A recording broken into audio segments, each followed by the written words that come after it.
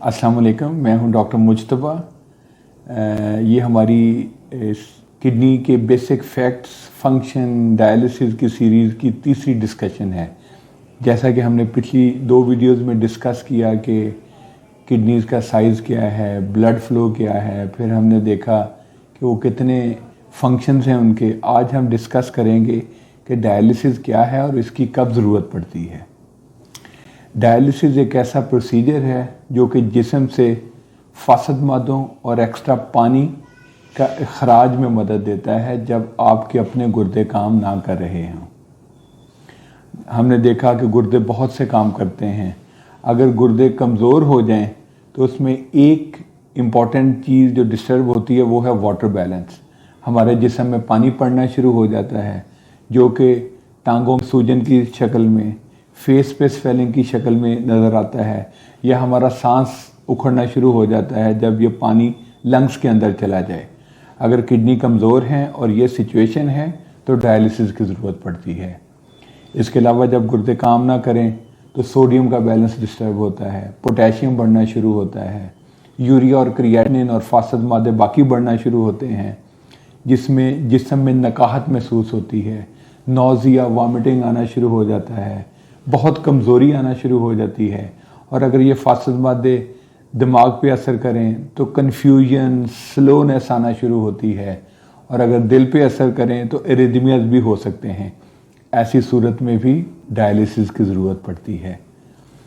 Urea level, अगर particularly urea के बारे में बात करूं तो जब यूरिया लेवल ख़तरनाक हद तक बढ़ता है तो वो ब्रेन में जाके एनसेफलाइटिस एक बीमारी है, यूरेमिक एनसेफलोपैथी, उसका सबब बनता है।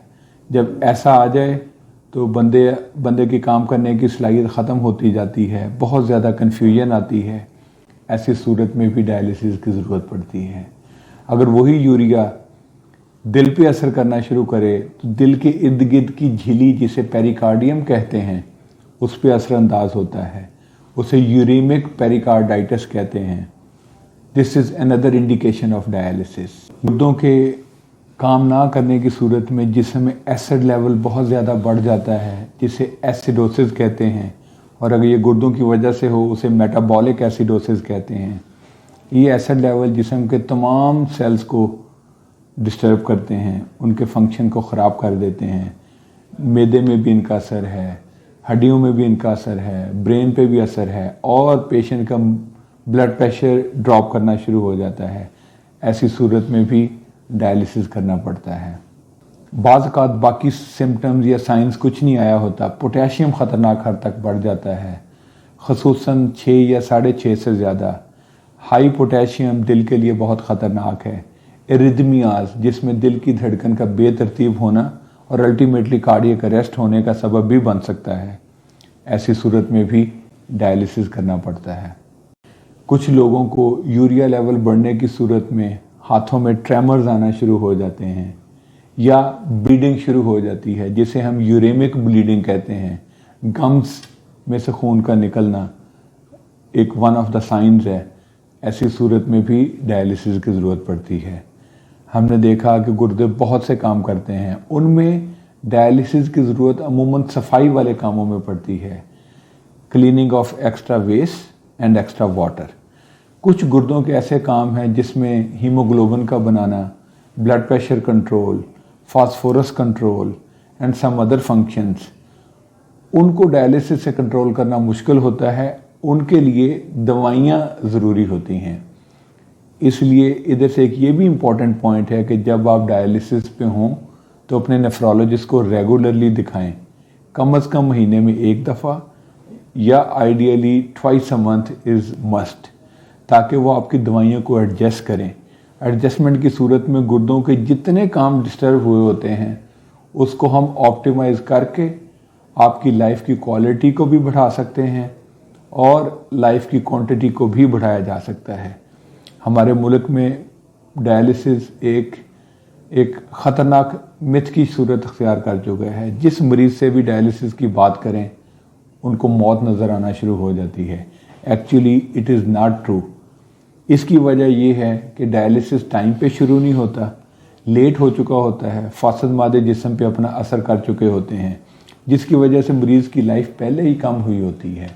तो टाइम पे डायलिसिस का स्टार्ट होना और उसको एक अच्छे माहर नेफ्रोलॉजिस्ट की ज़ेर निगरानी कराना डायलिसिस की क्वालिटी को बेहतर कर देता है।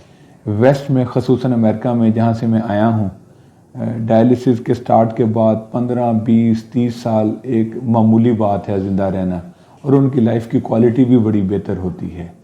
तो इसलिए डायलिसिस का टाइम पे शुरू होना और उसके बाद एक माहिर नेफ्रोलॉजिस्ट से गाहे बगाहे गाइडेंस लेते रहना एटलीस्ट वंस अ मंथ आपकी डायलिसिस की क्वालिटी को, लाइफ की क्वालिटी को बेहतर कर देता है। कुछ और रीजंस भी होती हैं जिसमें अर्जेंटली डायलिसिस करना पड़ता है, जिसमें पॉइजनिंग शामिल है।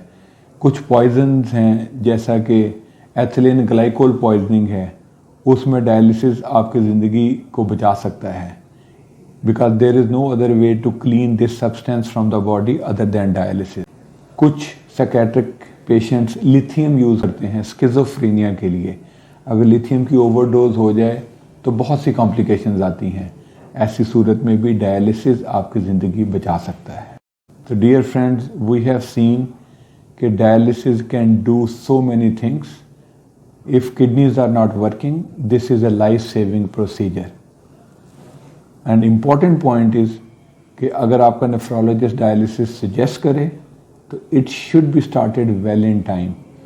जितना डिले करेंगे उतना जिस्म की कैपेसिटी कम होती जाएगी और फिर डायलिसिस को टॉलरेट करने की भी सलाहियत नहीं रहेगी, और it affects the quality and also quantity of your life. अगली वीडियो में हम डिस्कस करेंगे टाइप्स ऑफ डायलिसिस और उनकी कुछ important points which everybody should know, and we will move on further discussion to kidney transplantation.